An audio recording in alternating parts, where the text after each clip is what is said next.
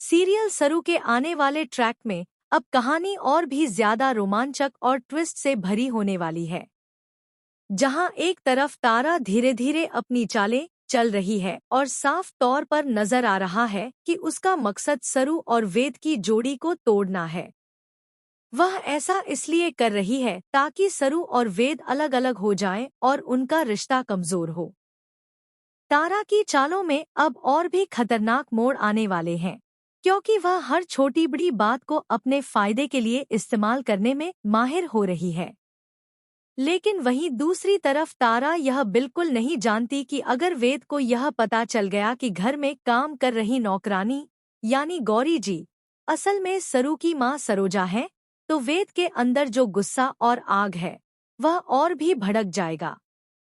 वेद की यह प्रतिक्रिया तारा के लिए सबसे बड़ा झटका साबित हो सकती है। उसे शायद अंदाजा भी नहीं कि इस छोटी सी सच्चाई का पता लगते ही उसकी सारी चालें उलझ जाएंगी। इतना ही नहीं, अब अनिका भी कहानी में प्रवेश करने वाली है और इस बार वह तारा के साथ हाथ मिलाने वाली है।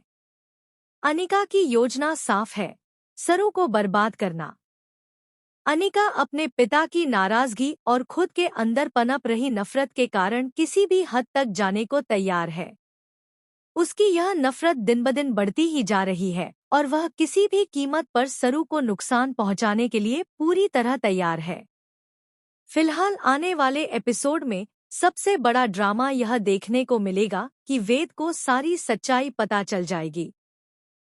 उसे पता चलेगा कि सरू ने कभी कोई गलती नहीं की थी, न ही उसने कोई झूठ बोला था। यह सच सामने आने वाला है कि झूठ और भ्रम फैलाने का जिम्मेदार असल में अन्नपूर्णा जी थी, जिन्होंने सरू के बारे में तारा को गलत जानकारी दी थी। असलियत यह है कि सरू ने कभी भी वेद को धोखा नहीं दिया, बल्कि वह खुद भी झूठ का शिकार रही। अब कहानी का रोचक हिस्सा यह है कि अन्नपूर्णा जी खुद जाकर सारी सच्चाई वेद को बताने वाली हैं। उनका मकसद यह है कि सरू और वेद के बीच जो भी गलतफहमियां और दूरी पैदा हुई है वह सब दूर हो जाए।